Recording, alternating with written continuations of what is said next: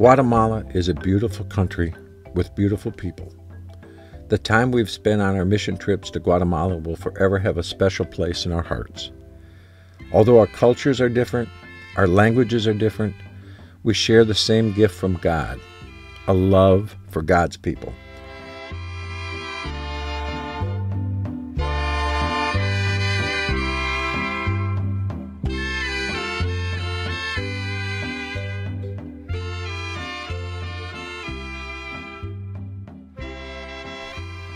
Many of the Mayan people we're there to serve subsist on the equivalent of $1 a day. Yet they're happy, smiling, wonderful folks who are grateful and happy to see their friends from New Smyrna. There's no doubt that our 2014 mission trip to Guatemala was the best ever. Despite the delay in arriving on the first day, our team meshed together and became a well-oiled machine ready to do hard work for the families of the Comanche village.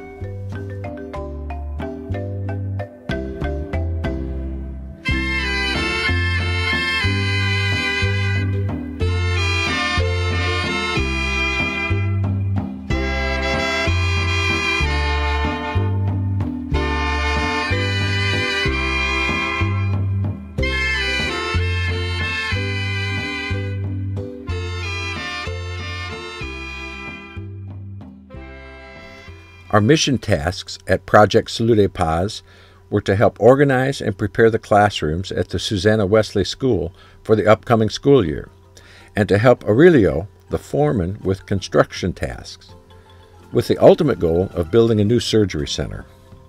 Working on rebar assemblies was a tedious task which cut our hands and made our knuckles sore. The Guatemalan ways of construction may be somewhat different than what we're used to, but our key word for the team was flexibility.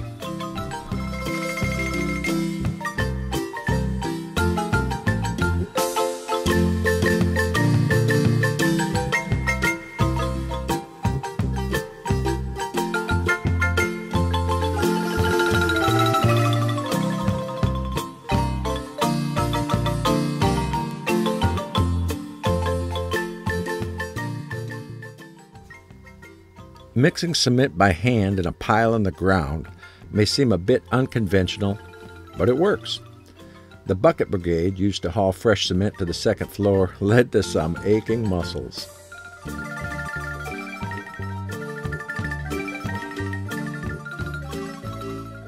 Moving a pile of sand from one place to another was done only one way, by hand. No tractors, no front-end loaders here. Just Joan and a shovel.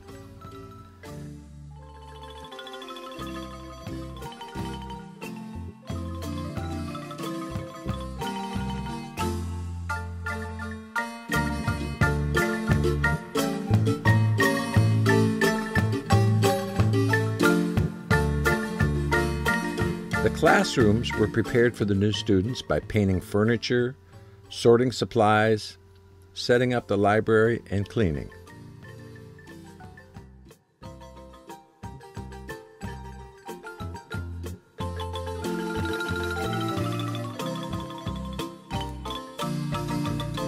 Our free time at night was planned by Jose, our team organizer and interpreter, who did a great job. Learning about Mayan history and culture and how to make tortillas by hand proved to be a great evening.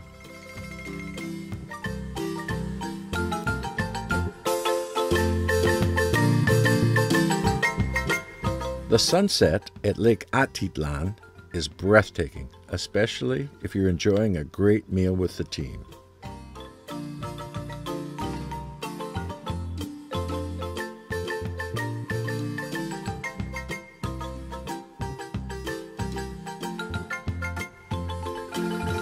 Barbara, Bob, and the others have no doubt helped the local economy of Guatemala. Shopping with Berta has become standard operating procedure with our mission teams.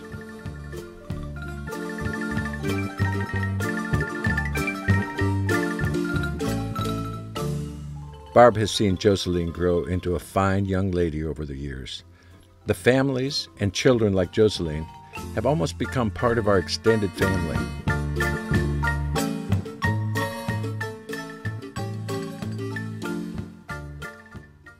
Our team brings bags and bags of donations for the patients, family, and staff at Project Salud y Paz. The Barbara room was busy this year as usual, passing out shoes, socks, and other needed items. Collected all year, these items are gratefully and excitedly received by many. On Thursday, some of the team had the opportunity to visit the huge market in Chichicastenango. The colors, the bargains are everywhere. The churches are a mixture of Catholic and Mayan traditions. Bargains are scooped up by the savvy shoppers asking, "Por favor, cuánto cuesta?" A lot of these vendors now know Barbara in the green coat.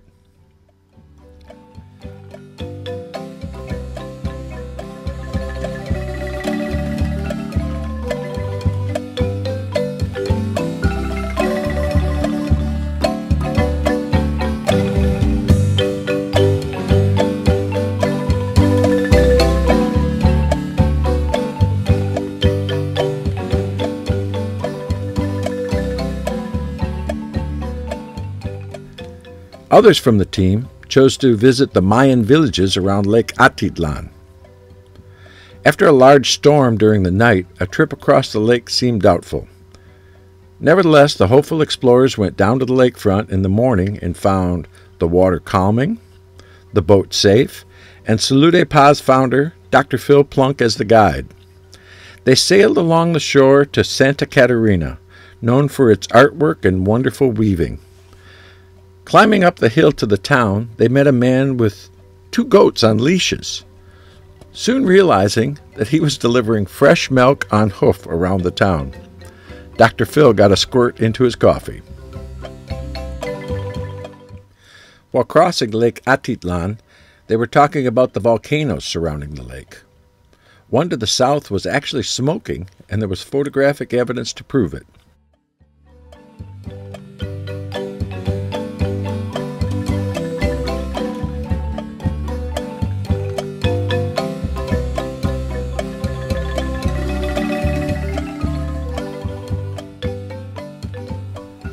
In Santiago Atitlan, they visited the site of a part of the town which had been buried by a mudslide in 2005 by Hurricane Stan. The death toll was 3,000. They visited the church where priest Stanley Rother was murdered in 1981 by a death squad. Many Guatemalans suffered and died during the Civil War that lasted from 1960 until 1996. Thousands died or disappeared, especially from the Mayan communities in the mountains.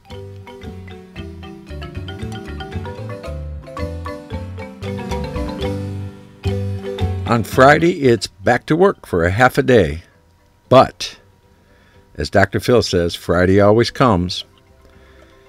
And when we got onto that bus to leave the clinic for the last time, well, let's just say there probably wasn't a dry eye. And even Jose shed tears.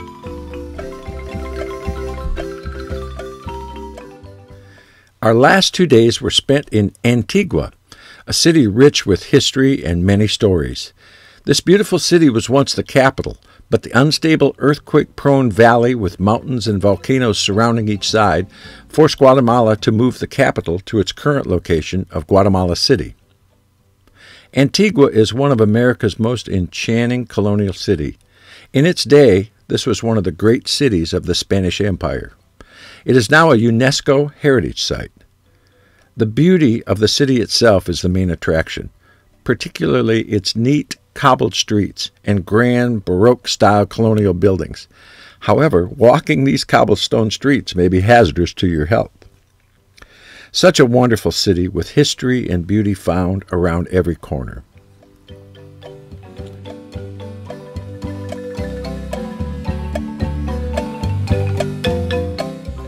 This week we spent with our friends in Guatemala was life-changing for all involved. Perhaps for some of us on the mission, our faith was strengthened by showing our faith in action.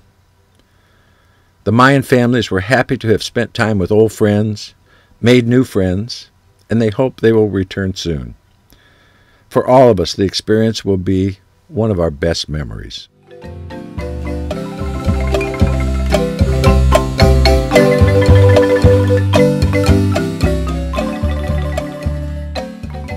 The founder of the Methodist Church, John Wesley, has given us all a task. He has said, "Do all the good you can, by all the means you can, in all the ways you can, in all the places you can, at all the times you can, to all the people you can, as long as ever you can." I hope we can continue to accomplish the goals of this mandate in the future.